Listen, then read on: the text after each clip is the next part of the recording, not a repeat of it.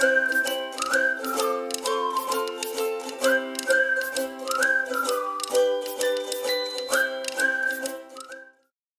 everybody. We're back today with another episode of Howie's Hometown Heroes, where we feature business owners, entrepreneurs, and community members who are doing extraordinary, amazing things right there in their own community. Today, we're in Houston, Texas. Like, it's really big there. It's so big, it can barely hold Nick. My good friend Nick Davis does health insurance. Health insurance? Like, really? That's kind of a thing. But this is his passion, and he does it really well all over the country. It is a freaking nightmare for anybody I talk to who has to deal with it. But Nick loves it, and he's helping people out all over the place. But here's a couple of things that are a little, I don't want to say different, but this is what makes Nick Nick, right? He's got triplet girls, 3 girls, all 11 years old, going on 18. I don't know if I'm going to meet him someday, if I want to, or what. We'll find out. I'm sure there's a lot of stories around that, that's for sure, right? And some fun things he's done. He's spoken at the Michigan State Business School not about health insurance, but about business stuff and making it fun. And he's also emceed and was a speaker, for different events all over the country. And so he's a great guy. We'll talk a little. You may be wondering, like, what is with the bananas? So we'll find out about that too. That'll be a lot of fun. So Nick, thanks for being here today. This is going to be a lot of fun. Absolutely, man. Thank you so much for having me. Yeah, this is going to be good. So tell us a fun fact, something that we would say, Nick, really? What was it? Let's see here. I guess a fun fact, completely random fun fact. I was internationally represented dancer when I was like 19. Whoa. So I've danced with people from every continent of the planet, with the exception of Antarctica. So if you know anybody in Antarctica, let me know. I mean, I hear penguins are good for a waltz, but you never know. I might be able to get a scientist out there dancing. I don't. It depends on the kind of shoes you have there in Antarctica, I guess. I suppose so. Very cool, very cool. So this is going to be a lot of fun, Nick. So tell us a little bit about your background, like where'd you grow up, all that kind of good stuff. Oh man, yeah. So let's see here. I was born in Indianapolis. I moved down to Houston when I was about 3, so basically from Houston for this point. Yeah. Funniest thing is I used to always tell people, like, the reason I don't have any sort of like southern drawl or anything like that is because I went back up north to Indianapolis for a couple weeks out of the year until I was like 16, and I was like, so I just never really developed an accent. And so I was hanging around I was on a Zoom call actually, and I went to the break room just after, in the office or whatever. And one of my colleagues came through and he's like, Nick, so how long you been living in Houston? And I'm like, yeah, since I was like 3, dude. And he's like, okay. And how many languages are spoken in Houston? I was like, 143. He's like, yeah, that's why you don't have an accent. And I'm like, I never thought about it until just now. That makes complete sense. There you go. But yeah, man, been around for a little bit, doing some stuff, and yeah, so I guess that's kind of like the origin story for a little bit, Yeah. What are the kind of jobs did you have before? When did you start with health insurance, and what did you do before that? Yeah. So all right. So I guess what kind of got me into health insurance in general is a couple of things, right? So here I was, flat, like current situation, Here I am, the subject matter expert for the Western Hemisphere of the planet, doing oil and gas testing, pipeline testing, so on and so forth. And I've just written a method document in standard operating procedures on how to measure structural material using light waves, which is really, really fun. Super nerdy stuff. Totally dig it. I've done contracts for a bunch of different countries and so on and so forth at this point in time. And it's just really, really, really awesome. I walk into my lab one day, and it's September 2019, and patient 0 just dropped in Wushan, right? And so here I'm doing my stuff in my lab, so on and so forth. Like, hey, Nick, we need to talk to you. I'm sure. And then whole department gets cut. And I'm like, what is this? And so essentially they were basically like, look, we just, the company I used to work for bought its competition, and they were like, hey, there's really not another you at the that we brought in from people we just bought. I'm like, okay. They're like, however, it came down to, Nick doing, advanced engineering with a marketing degree and 5.5 years experience, or, and he's made his millions, or we have two people over here with a master's degree in engineering and a bachelor's degree in engineering, but they can only do about 75% of what you can do after you train them how to do it. But once you train them how to do it, they can do some stuff. I'm like, okay. And they're like, so I think we're just gonna cut our entire new test design and development program, just nix it out. I'm like, what? And they're like, see you later, guy with triplets. Bye bye. And I was like, Oh my God. and just like that, I went from this guy to that guy, Wow. Mm. And that was huge. It was really, really, Yeah. really massively huge. And so, I mean, as a dude, like, how do you cope with that? Yeah. Because you've got to take care of your family, take care Mm. of your kids, so on and Yeah. so forth. I was even engaged at the time, Mm. and so it was a lot to take in. Sure. I was like, how am I going to do this? Um, so I went back home and tried to figure some stuff out, and the long and the short of it is I had, over, 600 plus resumes and applications sent out everywhere. And not one person would hire me because they're like, look, you're too overqualified, or you're too Yeah. expensive, or you're too this, or you're too Mm. that. And I was like, man, like how can I get this stuff figured out? I was like, maybe I'll just have to reinvent myself. I don't know, maybe we'll just do that, right? So then I was like, all right, cool. Well, let's figure out how to do that. So, like any good engineer would, how do you solve a problem?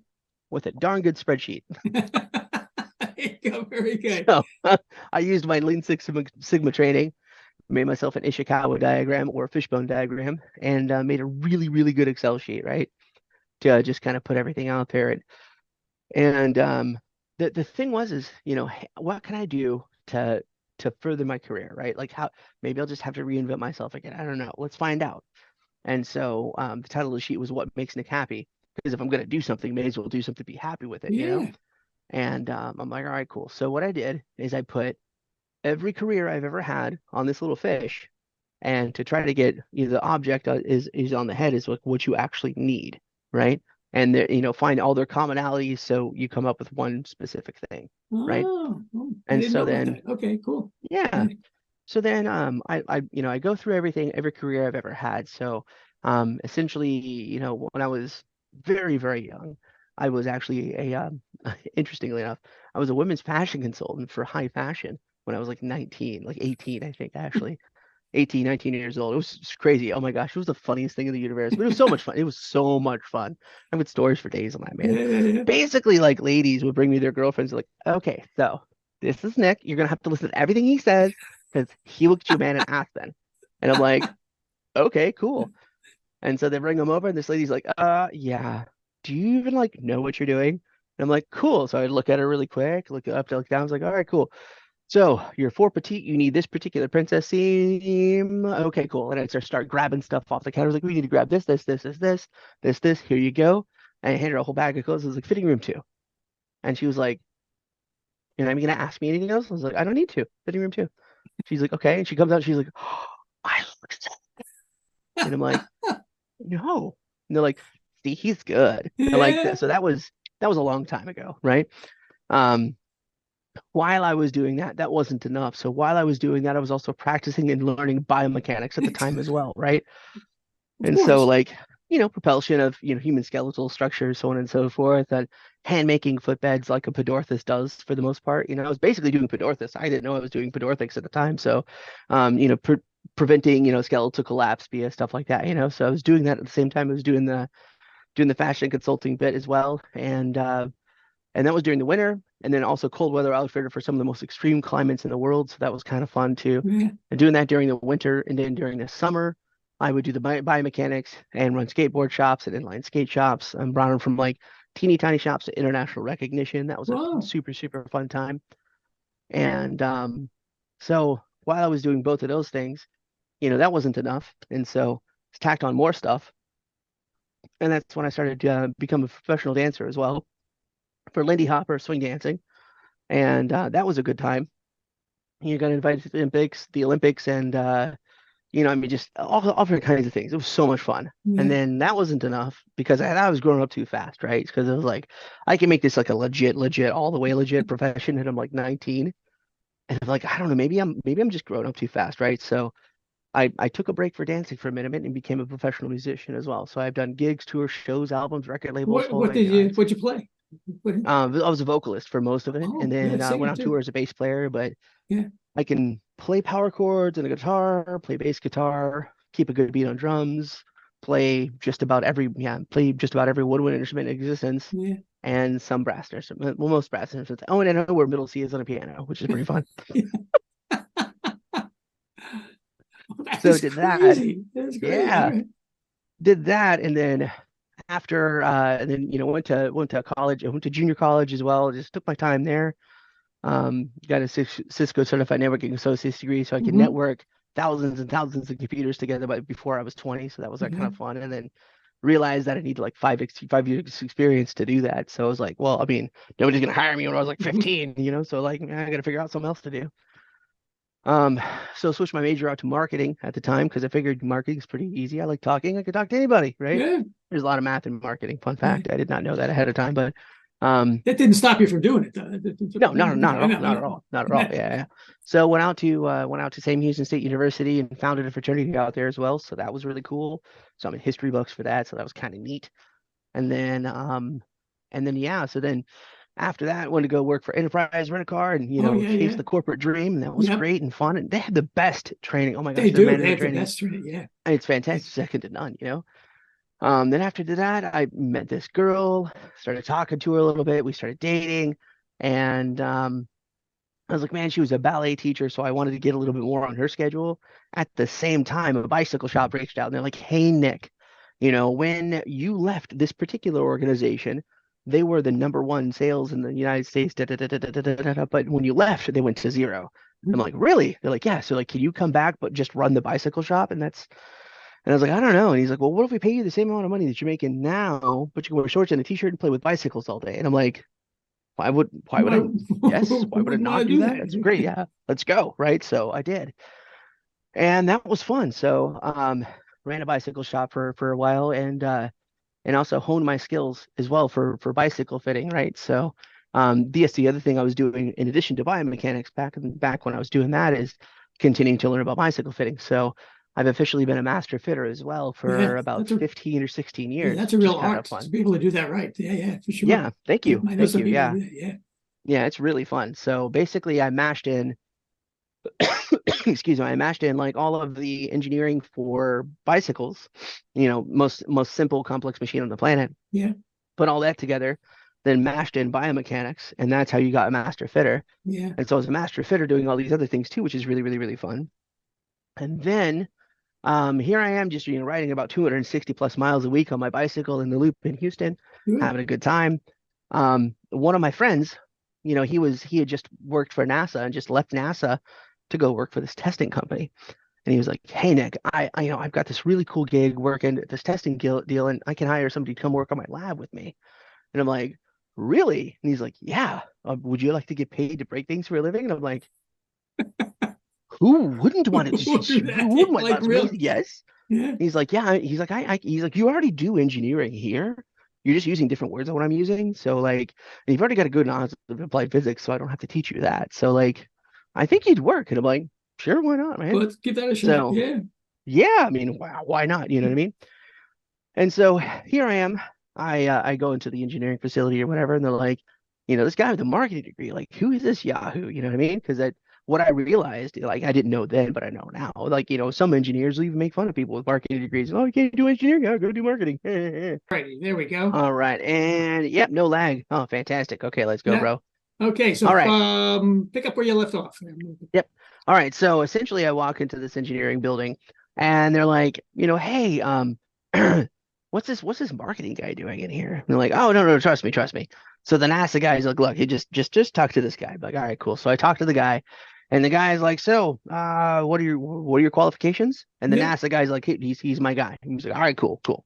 He's like, so I told him a little bit about myself, kind of what I do or whatever, and he's like, all right. And I was like, so he's like, well, we got a couple things for you can start on. So I was like, what's the most difficult thing here? And he's like, well, fracture mechanics. I'm like, all right, cool, let's go. And so I started learning that from day one, which is kind of fun. And it took me about 5.5 years, but I started out as the person essentially literally sweeping the floor and taking notes about what these individuals are saying because I didn't understand their vocabulary words, right? Yeah. Yeah. I just knew how to make things work. And I was, of course, reading books literally the size of my head every single day, all the time, as much as I possibly could. And in about 5.5 years, I went from that guy to basically running the largest oil and gas testing facility in the entire United Oh States my and gosh. becoming the Western Hemisphere's subject matter expert. Essentially, Wow. from new test design and development, there was 4 people on my team, and we were doing some of the most advanced oil and gas testing in the world, which is kind of fun. Wow. Wow. That's pretty cool. Yeah, it was Yeah. really, really neat, Yeah. And it's funny because I remember I was talking one time with this guy that came over from Hong Kong. I had to test some of his stuff or whatever.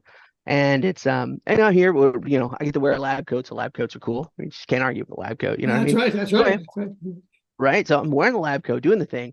I'm on this servo hydraulic machine and on this fixture that I've put together and assembled and aligned properly for all the standards and did it. I wrote all the things for all of that, wrote the program, get the sample in there, did it, all the things. Anyway, so as I'm doing this, the guy that flew over and I were just chatting like little schoolgirls about like these very complex and like I could just like I was thinking as I'm talking to this guy, I'm like, if I was a fly on the wall, like hearing 2 people just like geek out like little schoolgirls about these really, really technical engineering stuff. He's like, oh my gosh, I wrote my thesis on it. I was like, oh, that's so cool. Let me show you this. And da-da-da-da. He's like, oh, that's so awesome. And da-da-da-da-da. I could have beers with this guy at this point.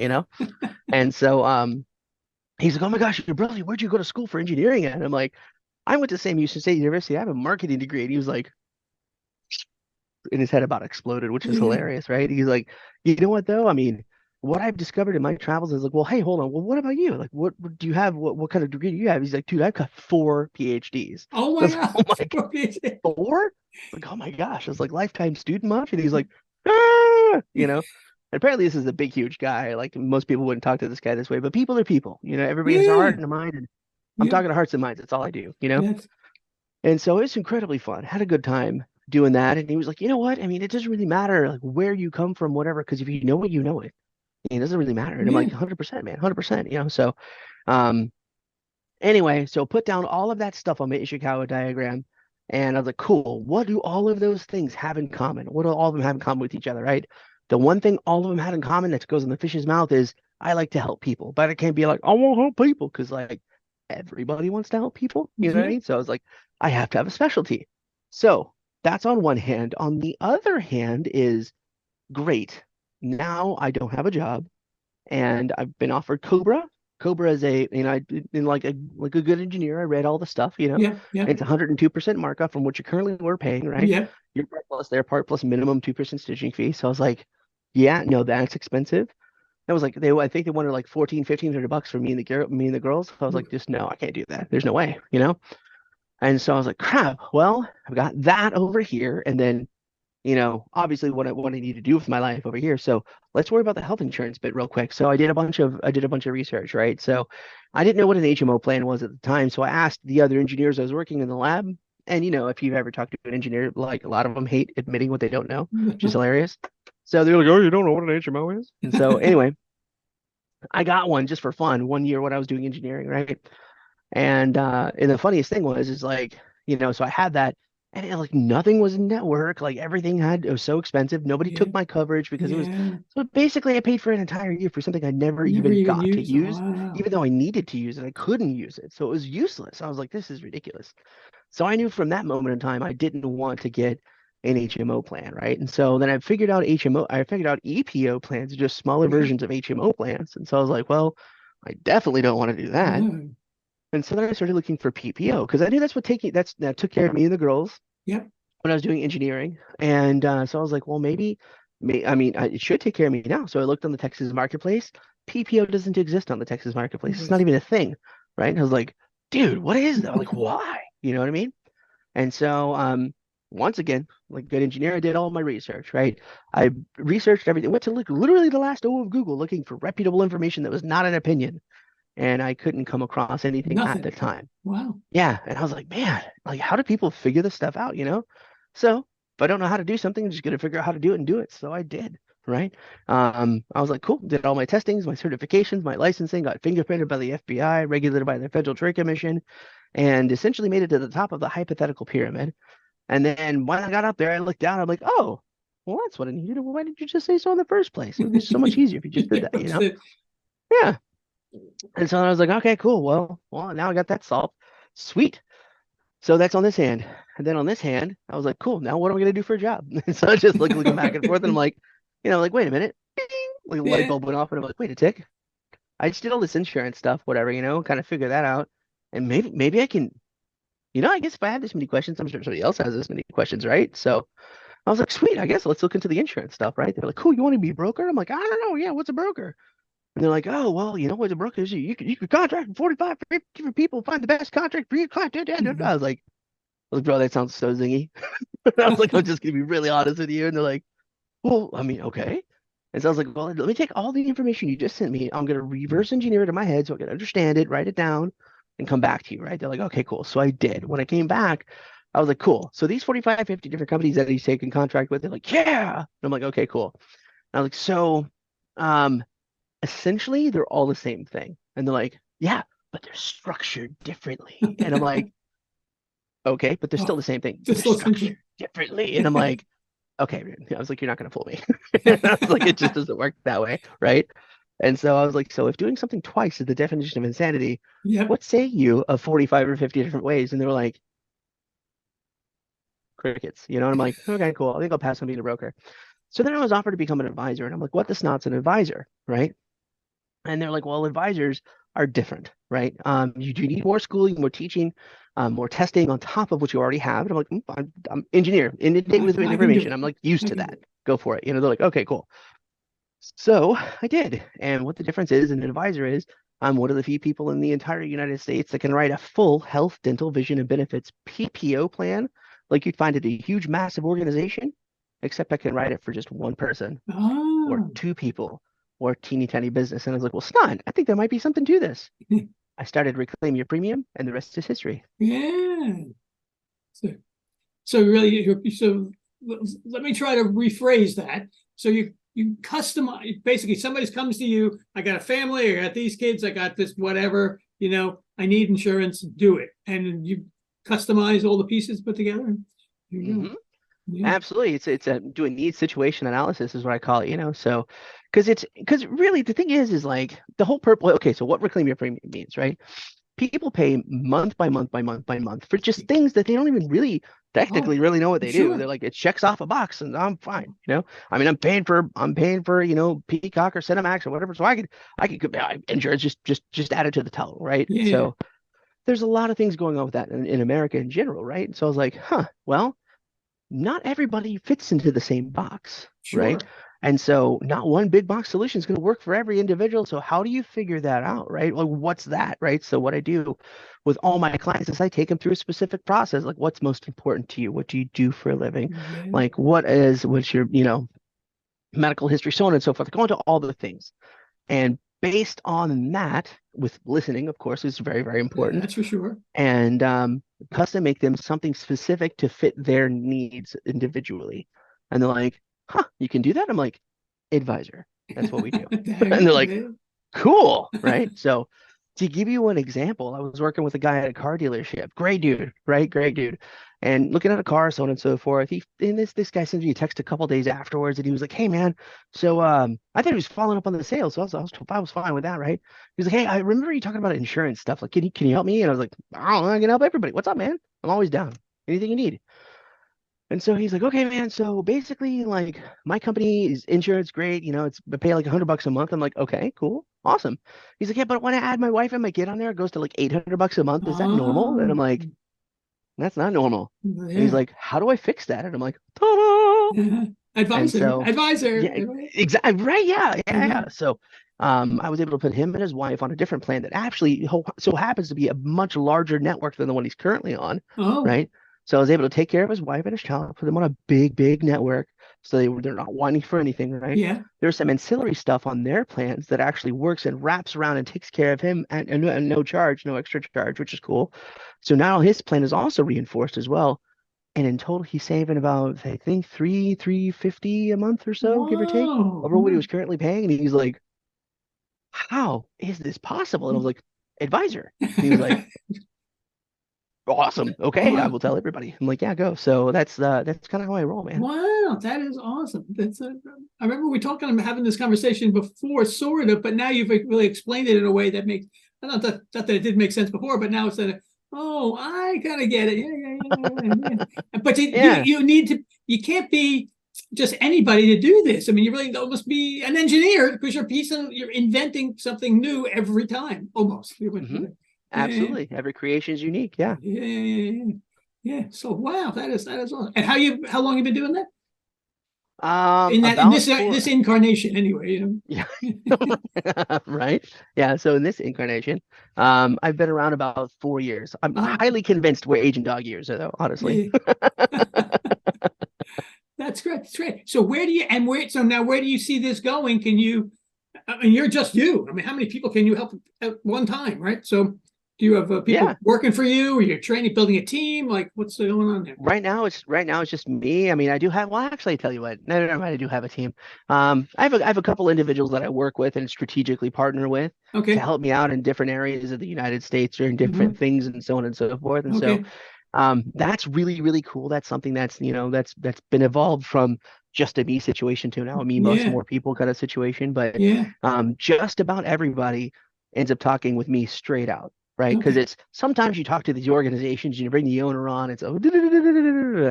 then you go into the storefront or talk to the person, and it's some of the random person you never get to meet the owner. Yeah. However, in this particular instance, the owner works with just about everybody, which is Oh, pretty great. And all my clients have my personal cell phone number. So it's like none of my clients have a customer service wait at all. Zero of them. And they're like, how do you do that? And I'm like, just call me, just send me a text. Most of the time it's a super easy question I can answer in 35 or 40 seconds. So it's yeah, not a yeah, problem. yeah. You know what I mean? But sometimes it's like, hey Nick, it's 1 in the morning and I so happen to randomly be awake because, things. Because you And they're like, that's hey, I'm taking my wife into the ER. I don't know what's going on. Like, oh my how can I gosh. do that? And I'm like, bro, I got you. Don't worry about it, man. You cut this particular plan you're on is accepted literally everywhere in the United States. You're good. Just go. And they're like, what do I need to do? I was like, did you bring your insurance card? They're like, yeah, we did. I was like, great. Just show them to the people and go get yourself taken care of. They're like, okay. And I was like, call me in 30 minutes or an hour. Let me know everything's okay. And then, Yeah. we good. It's like, are you good? I was like, I'll sleep sometime. It doesn't really matter, man. Just send me. They're like, okay, cool. So like I've had one of those instances in 4 years, but everything else happens usually during business hours, honestly. Yeah. But Yeah. but honestly, I mean, it really depends on the situation because everybody's Okay. different. And the biggest thing and the biggest keystone in our whole entire society right now, coming from a small business standpoint, is customer service. Yeah, for sure. Everything in their mother is being automated, Yeah. and it can be good. It can also not be so So good. good. Yeah. You got to Yeah. temper it. So all my clients, personal touch, big deal. They get, yeah, and that's certainly, like you said, that sort of stuff is lacking in a lot of places. And Yeah. so you can't outsource Nick to India or wherever, right? That would be a weird mix for sure. I mean, Yeah, I think the computer would explode. if you move to India and tried to recruit a team there, you would basically be running the country in probably 6 months. Everybody would have a banana for sure. Everybody That's would for have sure. that. Yeah, And so now, all right. So now, speaking of bananas, let's talk. Where did the hell did this come from? This banana thing? sure, absolutely. So, um, marketing and branding, very, very important things. The two completely separate things too, Yeah. right?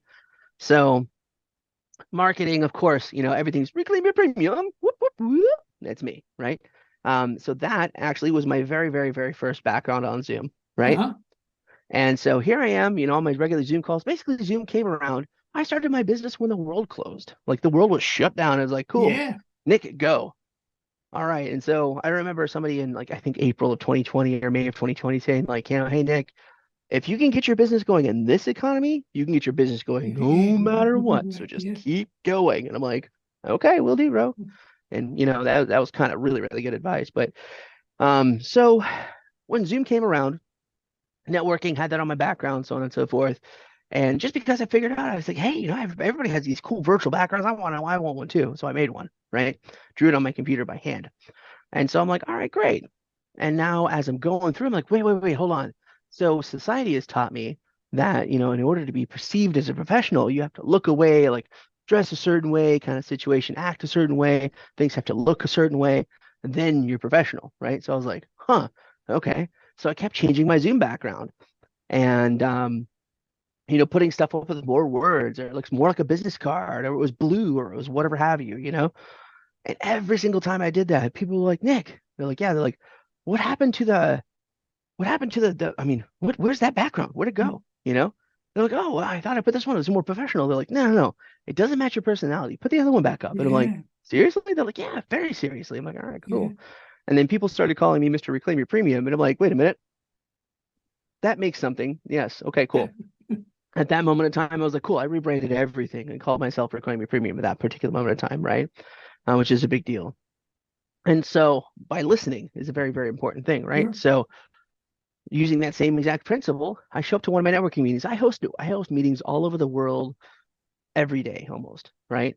And the cool part about that is I get to meet a lot of people and so on and so forth. It's very, very fun, right? So one of my events I'm hosting, I hop onto the call with my background, right? And it's this lady, and she's like, super, super sweet. She's like, oh, Nick's here. Bananas, bananas, bananas. And I was like, do I say bananas a lot? And she's like, yeah, like every other word. I'm like, oh man, that's banana.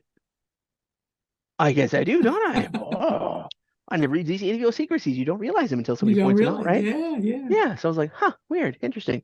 So I started thinking about it. And I was like, huh, I guess I might. And I was like, well, whatever. Just kind of stored it out. And so about I think 3 or 4 months after that particular instance, I was this massive Zoom call. I had like 460 plus people on the Wow. call. Big call, right? I was basically invisible. No big deal. Fine with that, right? But coming from the engineering world and just loving to have fun anyway, because life's too short not to. Yeah, that's right. I was like, we're gonna tinker and have some good times, right? So turned off my camera, turned off my microphone, went straight to the editing studio, and I was like, great, let's pull this up, and I'm not gonna add all my animations to the top. Bert was not there at the time, so I add all my animations to the top, and I pop back on the screen, right? When I did, it's kind of like the same thought of like if you go to a movie theater and it's really, really, really quiet, and you stand in the back of the theater, you crack your knuckles, Oh. you listen, everybody else is going to start cracking their Yeah. knuckles too Oh. because Yeah. it's so much fun. Sociology experiment, loads of fun, right? I'm a total nerd for stuff like that. So I was like, all right, cool. So I put this on just to see what would happen, right? So I did. And what I did, I noticed within about 30 or 40 seconds, people like started looking at it. Like about 45 seconds, like, bananas. That's so cool. Hey, check it out. He's got bananas. Hi, Mr. Banana Man. How you doing? Hey, these bananas are cool. And I was like, huh, might be something to this, right? So then I take it networking. And when I took it networking, I realized something very important. Step one, it brought lots of happiness. No matter where I went, smiles Oh, automatically that happened. So I would was like, happen. dude, I Yep. am so on board. Number one. Number two, what happened was is it broke down a lot of communication barriers.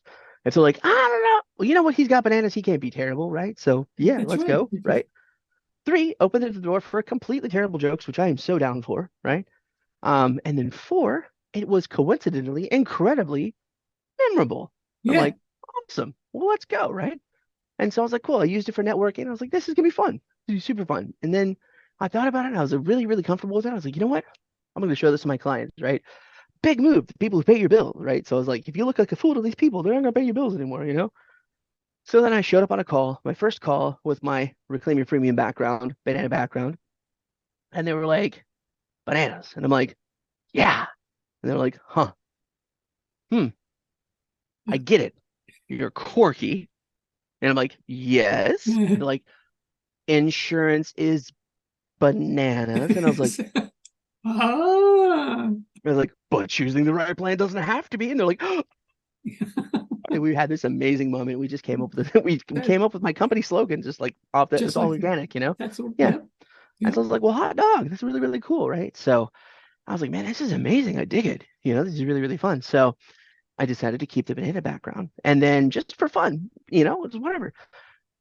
I accidentally and inadvertently ended up branding myself so much and so well with bananas that I was like, I can't give background up anymore. You can't I go tried ahead. one. Yeah. Yeah, I tried with oranges just for fun for like Oh, literally see two what weeks, and happened? people were Oh, like, they're like, where's your bananas, Nick? No, no, no, no, you have to have bananas up there. And I'm like, okay, cool, we'll do. Listen to the people, and the people will tell you what they want. yeah, You know what I yeah, mean? yeah, sure. Sure. And so, sure enough, bananas. So I internationally became known as a banana man, Mhm. essentially.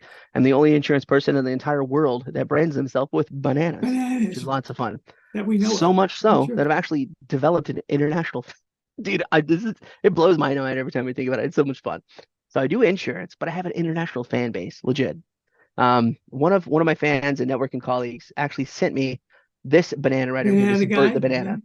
Bert the banana, right? So he's over in Bulgaria in What is that? Australia, right? It's Australia. So one day I'm talking to this guy and he's like, I might check this out. I went to this store called the Big Banana, right? It's in Coffs Harbour.